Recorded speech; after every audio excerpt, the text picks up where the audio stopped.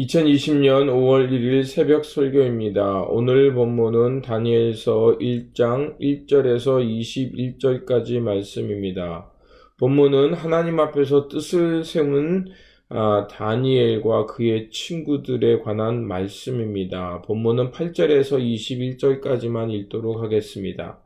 다니엘은 뜻을 정하여 왕의 음식과 그가 마시는 포도주로 자기를 더럽히지 아니하리라 하고 자기를 더럽히지 아니하도록 환관장에게 구하니 하나님이 다니엘로 하여금 환관장에게 은혜와 긍휼을 얻게 하신지라.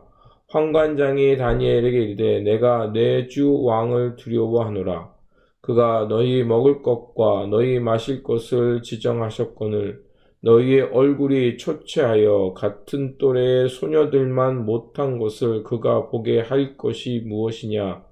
그렇게 되면 너희 때문에 내 머리가 왕 앞에서 위태롭게 되리라 하니라.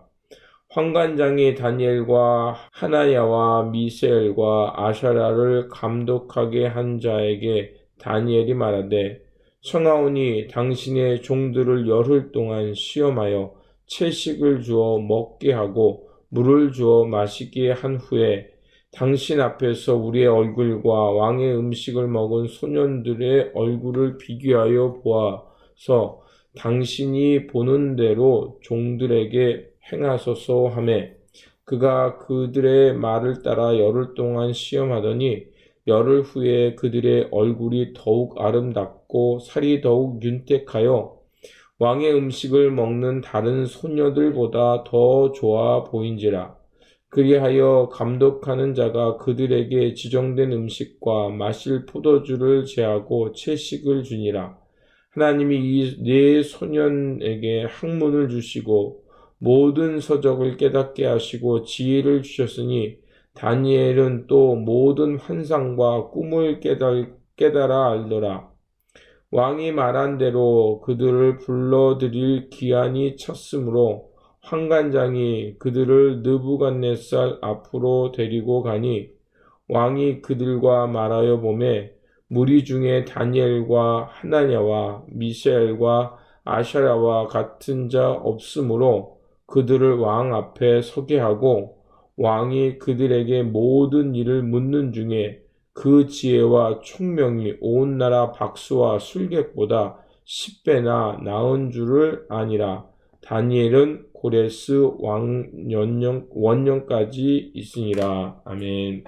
유다 왕 여호와김이 다스린 지 3년 해가 됐을 때 바벨론 왕 느부갓네살이 예루살렘을 쳐들어와서 이제 성을 포위하고 보물, 특별히 하나님의 성전에 있는 기구들, 금은 기병들과 이제 사람들을 포로로 잡아갑니다. 포로의 기준을 보면 매우 엄격한 것임을 알 수가 있습니다. 흠이 없고 용모가 아름다우며 모든 지혜를 통찰하며 지식에 통달한 자.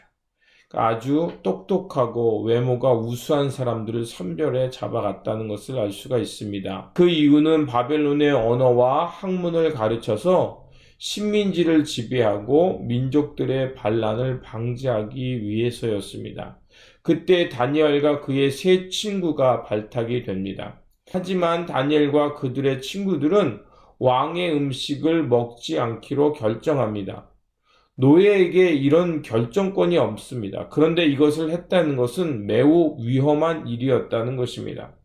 소년들을 담당하는 환관장에게 말했듯이 만약에 이 소년들의 외모가 상하거나 병들면 그 환관장까지도 위험에 빠지는 일이었습니다. 그래서 다니엘은 10일이라는 시간을 통해서 비교해 보라고 제안을 하고 다른 소년들과 비교해 보았을 때 아무런 문제가 없게 되자 이제 다니엘의 요청은 받아들이게 됩니다. 다니엘은 왜 이렇게 위험한 제안을 했을까요? 8절에 보면 이렇게 되어 있습니다. 다니엘은 뜻을 정하여 왕의 음식과 그가 마시는 포도주로 자기를 더럽히지 아니하리라 하고 자기를 더럽히지 아니하도록 환관장에 구하니. 그리고 하나님은 이 환관장에게 긍휼과 은혜를 있게 하셨다라고 말합니다. 다니엘은 자신이 포로로 끌려갔지만 자신이 유대인으로서 하나님을 믿는 자로서 그 신앙을 포기하지 않았다는 것을 말하는 겁니다. 왕의 음식은 이방신을 섬기기 위해 드렸었던 제물이었을 것이고, 또 그들이 먹는 음식은 이스라엘 신앙에서는 용납되지 않은 것들이 있었을 겁니다. 그래서 그 음식을 먹지 않기로 뜻을 정하고 채소와 물만 먹겠다고 마음을 정한 것이었습니다. 이 말의 의미는 무엇이겠습니까?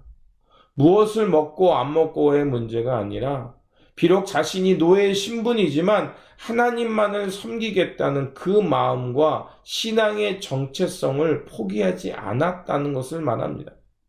사실 다니엘과 그의 친구들은 노예의 신분이었지만 왕궁에서 왕의 음식을 먹고 공부할 수 있는 위치에 있었습니다.